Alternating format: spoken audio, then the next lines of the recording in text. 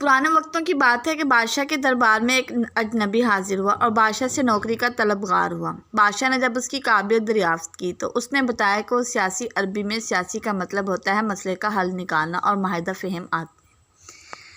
बादशाह के पास पहले ही सियासतदानों की लंबी कतार थी, लेकिन इत्तफाक से उसके अस्तबल का मसऊल या फौत हो चुका था। चुनांचे बादशाह ने उसे अपने ख़ास अस्तबल का मसऊल बना दिया। कुछ दिन बाद बादशाह ने उस शख्स से अपने सबसे अजीज़ घोड़े के बारे में पूछा।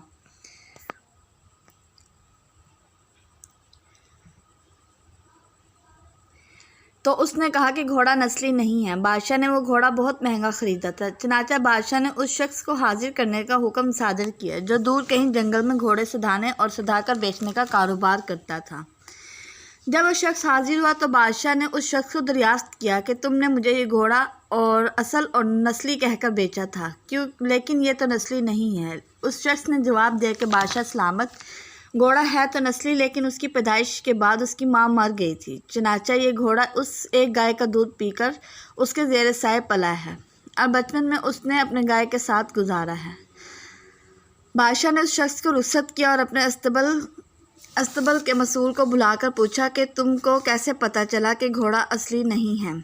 उसने जवाब दिया, घोड़ा जब घास खाता है तो सर नीचे करके गायों की तरह घास खाता है, जबकि नस्ली घोड़ा मुंह में घास डालकर सर उठा लेता है। बादशाह उसकी फरासत से खासा मुतासिर हुआ और हैरान हुआ और उसके घर में अनाज, घी, भुने दुम्बे और परिंदों का आला गोश्त बतौर इनाम भेजा और उसके साथ साथ उसको अपनी बेगम के महल में तानियात कर दिया। कुछ अरसे बाद गुजरने के बाद उसने अपने खादिम से अपनी बीवी बेगम के बारे में राय मांगी तो उसने जवाब दिया कि उसके तौर अतवार तो मलका जैसी हैं, लेकिन शहजादी किसी बादशाह की बेटी नहीं है। ये सुनकर बादशाह के पैरों के नीचे से ज़मीन निकल गई, क्योंकि उसकी बीवी बादशाह की बेटी थी। बादशाह ने अपने हवास दुरुस्त किए और अपनी सास को बुलाया और मामला उसकी गोशे गुजार किया।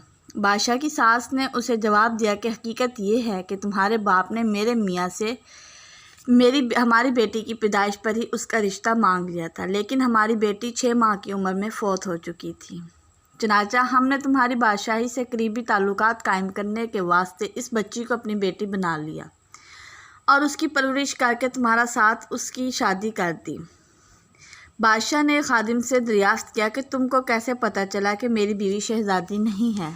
उसने कहा, उसका सलूक खादमों के साथ ठीक नहीं है और बादशाह इस तरह नहीं करते। बादशाह अपने खादिम की फरासत से मज़ीद मुतासिर हुआ और बहुत सा अनाज, भेड़, बकरियां बतौर इनाम उस खादिम को दी और उसके साथ साथ अपने दरबारों में मुतय्यन कर दिया। कुछ अरसा गुजरने के बाद उसने अपने इस खादिम से अपने बारे में दरियाफ्त किया। खादिम ने कहा, अगर जान के अमान पाओ तो अर्ज़ करूँ। बादशाह ने उससे जान की अमान का वादा किया तो उसने कहा कि तुम हो तो बादशाह, लेकिन ना तुम बादशाह के बच्चे हो, ना तुम्हारा चाल चलन बादशाहों जैसा है। ये सुन के बादशाह के पाँव के तले से ज़मीन निकल गई। अमान का वादा वो पहले ही दे चुका था। चुनांचे वो इस गथी को भी सुलझाते अपनी वालदा के महल पहुंचा ताकि पता चले मामला क्या है। उसकी वालदा ने उसकी बात सुनकर कहा कि हाँ, तुम बादशाह के नहीं बल्कि एक चरावे के बेटे हो। बादशाह ने खादिम को बुलाया और उससे पूछा कि तुम्हें कैसे पता चला कि मैं बादशाह का बेटा नहीं हूँ? खादिम ने बादशाह को जवाब दिया कि बादशाह जब किसी को इनाम व कराम दिया करते हैं तो हीरे मोती जौहरात की शक्ल में देते हैं, लेकिन जब तुम भी किसी को इनाम व कराम से नवाजते हो, अनाज, भेड़, बकरियाँ और खाने पीने की चीज़ें अनायत करते हो। असलोब किसी बादशाह के बेटे का नहीं बल्कि